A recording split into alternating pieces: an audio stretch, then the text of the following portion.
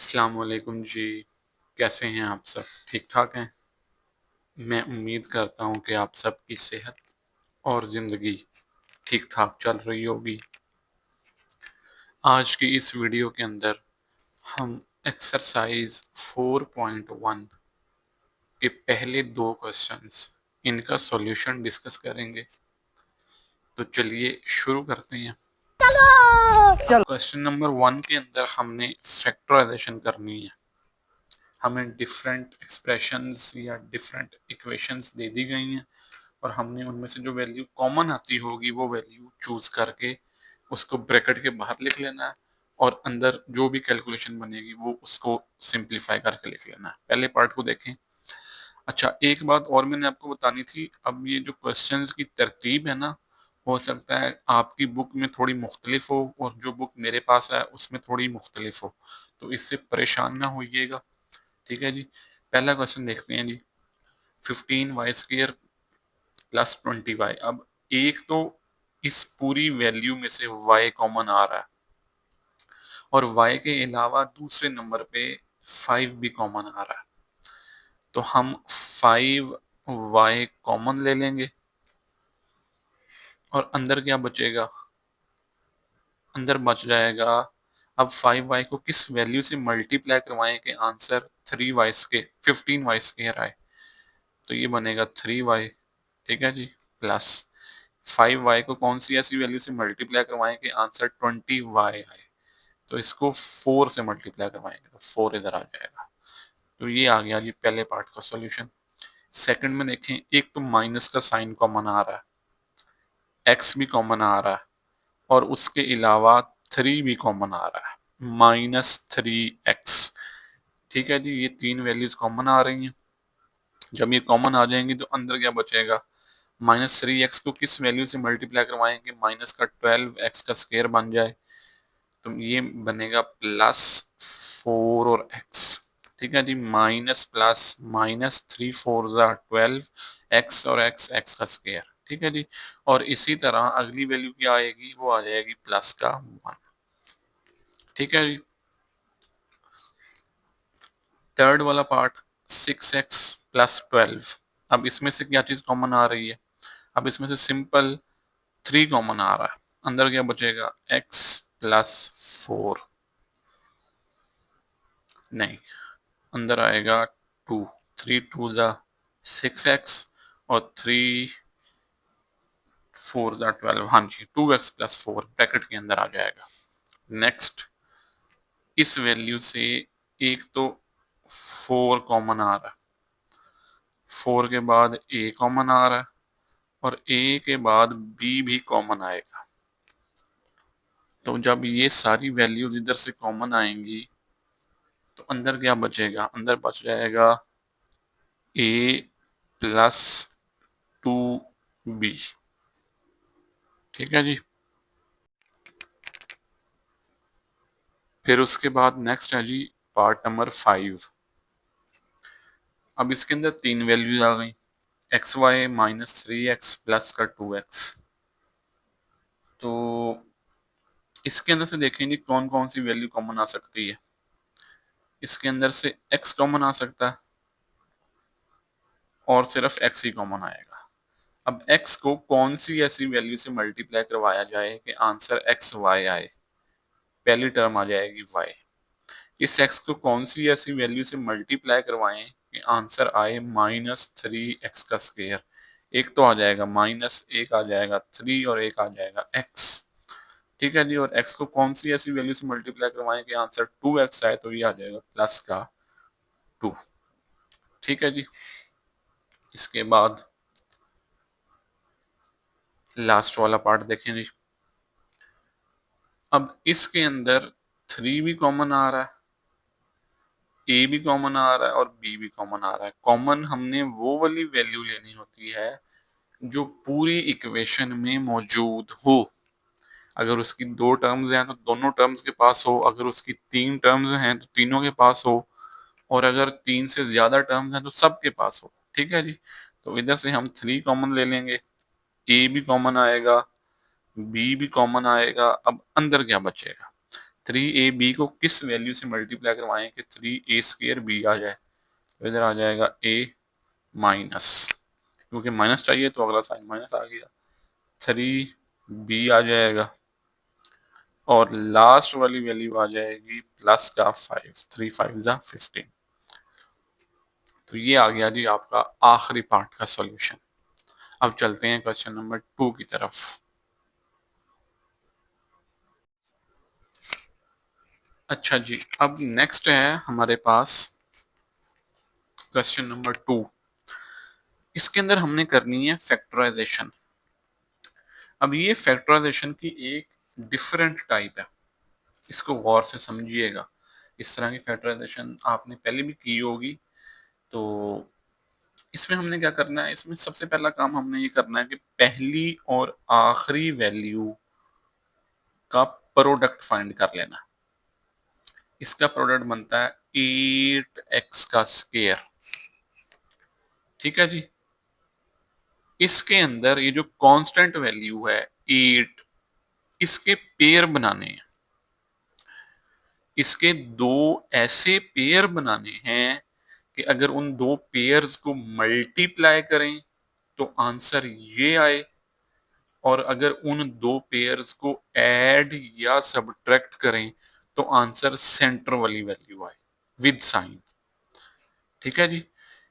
Plus minus करने से centre वाली वैल्यू विद साइन आंसर आना चाहिए, और मल्टीप्लाई करने से ये 8x² आना चाहिए। तो इसके पेयर जो मैंने ढूंढे वो ढूंढे 4x और 2x, कि अगर मैं इन दोनों को मल्टीप्लाई करूं तो मेरा जो आंसर है वो आता है 8x²।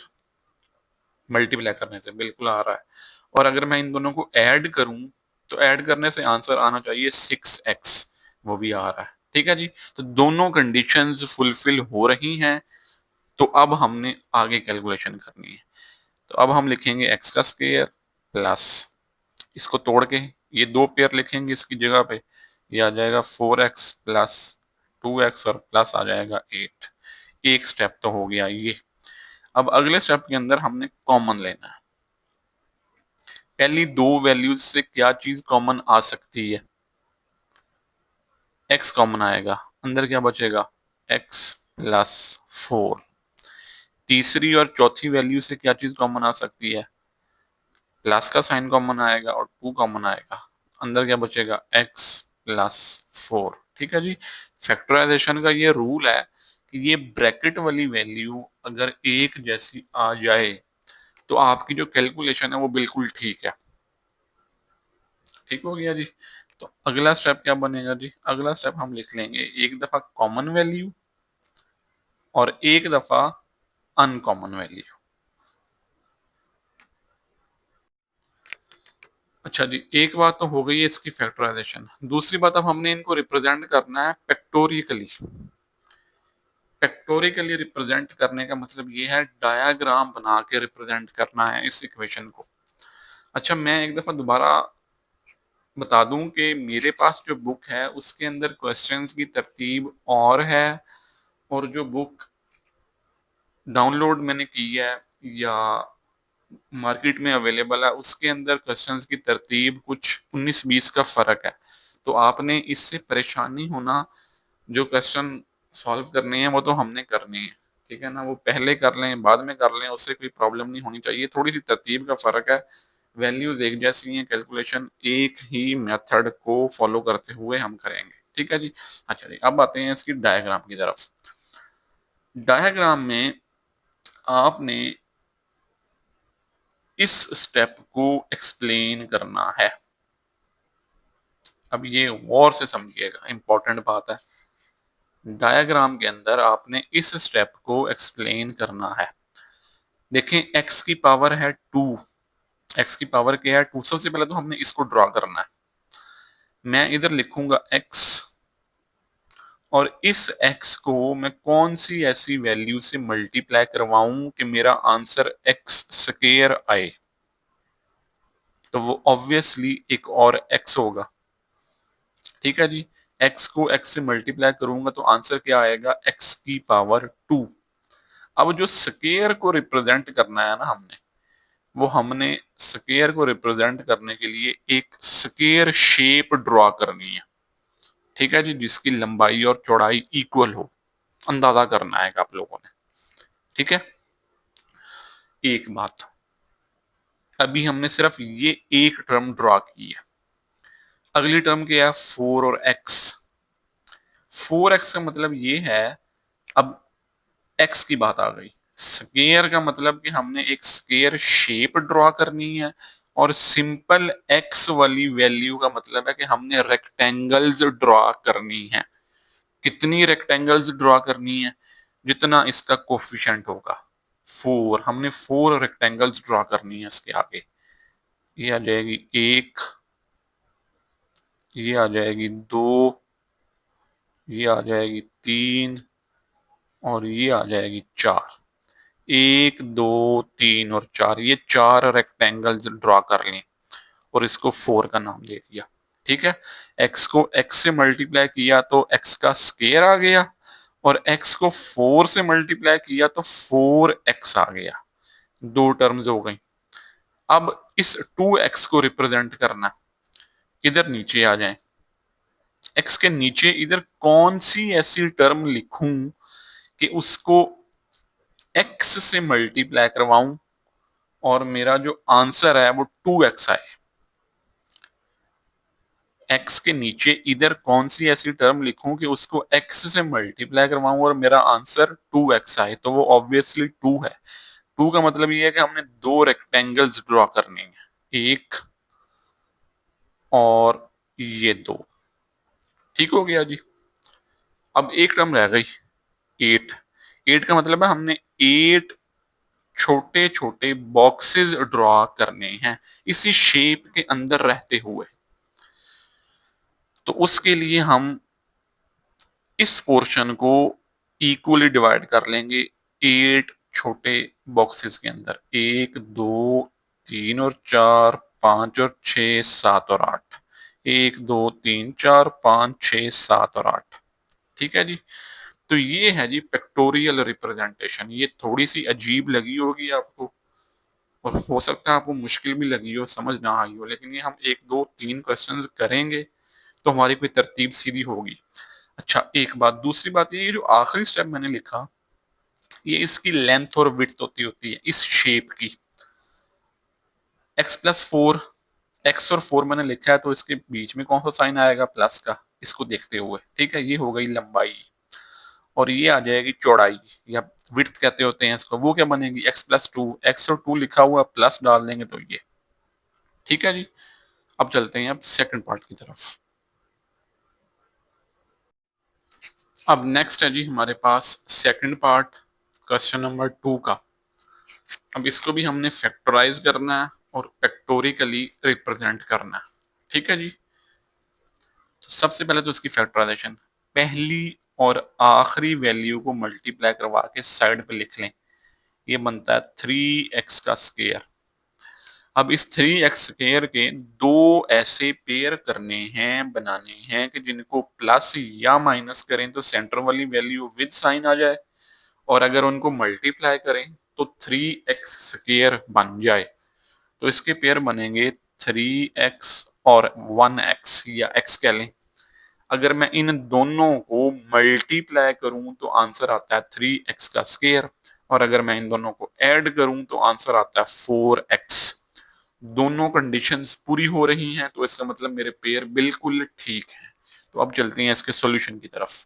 x का square plus 3x plus x और प्लस 3, पहली दो को कंबाइन कर लेना और इसमें से क्या कॉमन आ रहा है, x, वो ले लेंगे, अंदर बचेगा x+3। तीसरी और चौथी वैल्यू में से कुछ भी कॉमन नहीं आ रहा। अब ये इंपॉर्टेंट पॉइंट है, जहां पे कुछ भी कॉमन ना आ रहा हो वहां पर 1 कॉमन जरूर आएगा, प्लस का 1, ठीक है जी, प्लस का 1 आ गया, और अंदर क्या बचेगा, x+3। अब इसके बाद एक दफा कॉमन वैल्यू, जैसे मैंने पिछले क्वेश्चन में आपको बताया था, और एक दफा uncommon value. Common value x+3 एक दफा, और अनकॉमन वैल्यू x+1, वो ये आ गई। अब हमने इसकी फैक्टोरियल रिप्रेजेंटेशन ड्रॉ करनी है। अब इसकी फैक्टोरियल रिप्रेजेंटेशन के लिए एक दफा दोबारा ये वाली इक्वेशन इसको सामने रखिएगा। पहली टर्म क्या है, एक्स की पावर टू। एक्स की पावर टू है, इसका मतलब है कि पहला हम इधर टर्म वैल्यू लिखेंगे एक्स, और इस एक्स को मैं कौन सी ऐसी वैल्यू से मल्टीप्लाई करवाऊं कि मेरा आंसर एक्स की पावर टू आए। मैं ऑब्वियसली इसको एक्स से मल्टीप्लाई करवाऊंगा और एक्स की पावर टू को रिप्रेजेंट करेंगे स्केयर के साथ। ओके जी, ये टर्म हो गई। अगली बारी किसकी है, थ्री एक्स। एक्स जहां पे एक्स का जिक्र आए वहां पर हमने रेक्टेंगल ड्रॉ करनी होती है। कितनी, इसका कोफिशिएंट तीन है तो हमने तीन रेक्टेंगल्स ड्रॉ करनी है। ये आ गई जी एक, ये आ गई जी दो, और ये आ गई जी तीन रेक्टेंगल्स, और इसको मैंने थ्री का नाम दे दिया। ठीक है जी, ये दो टर्म्स ड्रॉ हो गई। एक्स को एक्स से मल्टीप्लाई किया, एक्स की पावर टू ये आ गया, और एक्स को थ्री से मल्टीप्लाई किया तो थ्री एक्स आ गया, वो ये आ गया। अगली टर्म है वन एक्स या एक्स। इसका मतलब है कि एक रेक्टेंगल ड्रॉ होगी।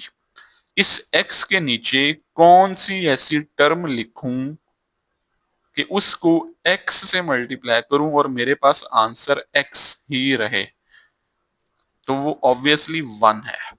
और वन का मतलब कि एक रेक्टेंगल ड्रॉ करनी है। ठीक है जी, और अगली टर्म क्या आ गई, थ्री। इसका मतलब है अब हमने नेक्स्ट तीन छोटे बॉक्सेस बनाने हैं इसी शेप को पूरा करने के लिए।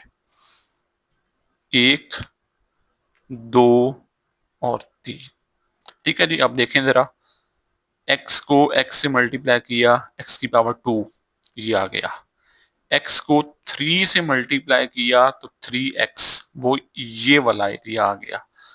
फिर वन को एक्स से मल्टीप्लाई किया तो वो वन एक्स आ गया, वो ये वाला एरिया। और फिर वन को थ्री से मल्टीप्लाई किया तो वो थ्री बना, और वो ये वाला एरिया।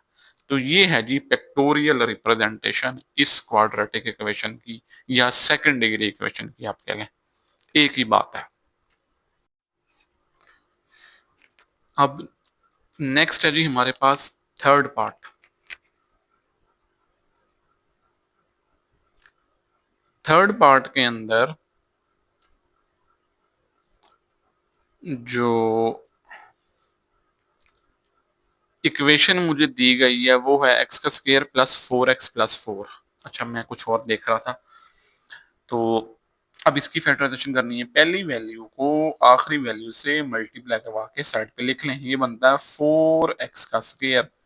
फोर के दो ऐसे पेयर बनाने हैं, इस वैल्यू के दो ऐसे पेयर बनाने हैं कि अगर उन दोनों को मल्टीप्लाई करूं तो आंसर फोर एक्स का स्क्वायर आए, और अगर उन दोनों वैल्यूज को प्लस या माइनस करूं तो सेंटर वाली वैल्यू विद साइन आंसर आए। ठीक है जी, पेयर मैंने ढूंढ लिए टू एक्स और टू एक्स। इन दोनों को अगर मल्टीप्लाई करूं तो आंसर आता है फोर एक्स का स्क्वायर।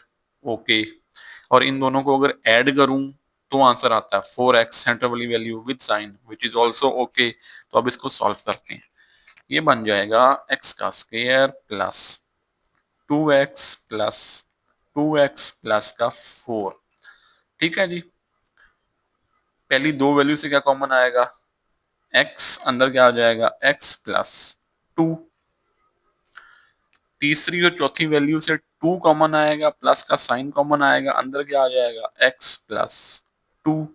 तो अब मजीद देखें जी, एक दफा common value which is x plus to, और दूसरी दफा भी कॉमन वैल्यू, कॉमन कह रहा हूं, दूसरी दफा uncommon value which is also equal to x plus two. ठीक है जी, तो अब हमने इसकी पेक्टोरियल रिप्रेजेंटेशन बनानी है। वो मेरे ख्याल में अब आपको समझ आ गई होगी। इस इक्वेशन को सामने रखना है, एक्स का स्क्वायर, एक्स की पावर टू, x की पावर 2 कैसे बनेगी? जब मैं x को x से मल्टीप्लाई करवाऊंगा, और जब मैं x को x से मल्टीप्लाई करूंगा तो वो पावर 2 बनेगी, और पावर 2 को रिप्रेजेंट करने के लिए हमेशा हम स्केयर का इस्तेमाल करते हैं, तो ये स्केयर आ जाएगा। आगे क्या है? 2x, 2x, x रिप्रेजेंट करता है रेक्टेंगल को, जबकि x की पावर 2 रिप्रेजेंट करती है स्क्वायर को। ठीक हो गया जी। अब इस 2x का मतलब ये है कि दो रेक्टेंगल्स ड्रॉ करेंगे। ये पहली रेक्टेंगल आ गई और ये दूसरी रेक्टेंगल आ गई। दूसरी तरफ आ जाए, अब ये टर्म भी हो गई और यहाँ पे हमने 2 भी लिख दिया। अच्छा जी, अब क्या है आगे? 2x। अब x के नीचे यहाँ पे कौन सी ऐसी टर्म लिखूं कि उस टर्म को x से मल्टीप्लाई करवाऊं तो आंसर 2x आए। दोबारा सुने, x के नीचे इधर कौन सी ऐसी टर्म लिखूं कि उस वैल्यू को x से मल्टीप्लाई करवाऊं तो आंसर 2x आए। ऑब्वियसली 2 लिखूंगा, तो 2 का मतलब है दो रेक्टेंगल्स ड्रॉ करनी है, एक और ये दो। ठीक हो गया। अब इसी शेप को कंप्लीट करने के लिए लास्ट में इस कांस्टेंट वैल्यू को ड्रॉ कर देना है। 4, इसका मतलब है 4 छोटे बॉक्सेस ड्रॉ करने हैं, ऐसे, ऐसे और ऐसे, 1 2 3 और 4। ठीक है जी। अब समझे, इसको इससे मल्टीप्लाई किया तो x की पावर 2 वो ये आ गया, इसको इससे मल्टीप्लाई किया तो 2x वो ये आ गया, इसको इससे मल्टीप्लाई किया तो वो 2x वो ये आ गया, और 2 को 2 से मल्टीप्लाई किया तो 4 वो ये आ गया। ठीक है जी। अच्छा, यहाँ पे मैं साइन बनाना भूल गया, x प्लस 2 है, सॉरी 2 लिखा हुआ है, x प्लस 2 आ जाएगा और इधर भी x प्लस 2, और इसी तरह ऊपर वाली इक्वेशन में भी x प्लस 3 और x प्लस 1। ठीक है जी। ये जो दो वैल्यूज आई ये बेसिकली लंबाई और चौड़ाई है। लेंथ हो जाएगी x प्लस 2 और विड्थ हो जाएगी x प्लस 2। अब है जी हमारे पास लास्ट वाला पार्ट। इसकी फैक्टराइजेशन बहुत आसान है। 5 कॉमन आ जाएगा, अंदर क्या बचेगा? x plus 3। ठीक है जी। तो अब हमने इसकी फैक्टोरियल रिप्रेजेंटेशन ड्रॉ करनी है। इसकी फैक्टोरियल रिप्रेजेंटेशन जो है ना वो थोड़ी सी डिफरेंट है और अजीब भी है, क्योंकि इसके अंदर एक्स स्क्वायर वाली टर्म नहीं है। तो एक्स स्क्वायर वाली टर्म नहीं है तो मैंने ये अपने हिसाब से करने की कोशिश की थी, लेकिन वो डायग्राम हर दफा गलत बन रही थी, मुझे नहीं समझ आ रही थी। तो फिर मैंने चैट जीपीटी का इस्तेमाल किया। चैट जीपीटी ने जो डायग्राम मुझे बना के दी वो कुछ इस तरीके की थी। इतना पोर्शन उसने असाइन कर दिया था 5x को, और बाकी ये वाला सारा पोर्शन उसने असाइन कर दिया था 15 को। तो ये है जी इसकी पिक्टोरियल डायग्राम। आज की वीडियो का इख्तिताम करते हैं। आपसे मिलते हैं अगली वीडियो में।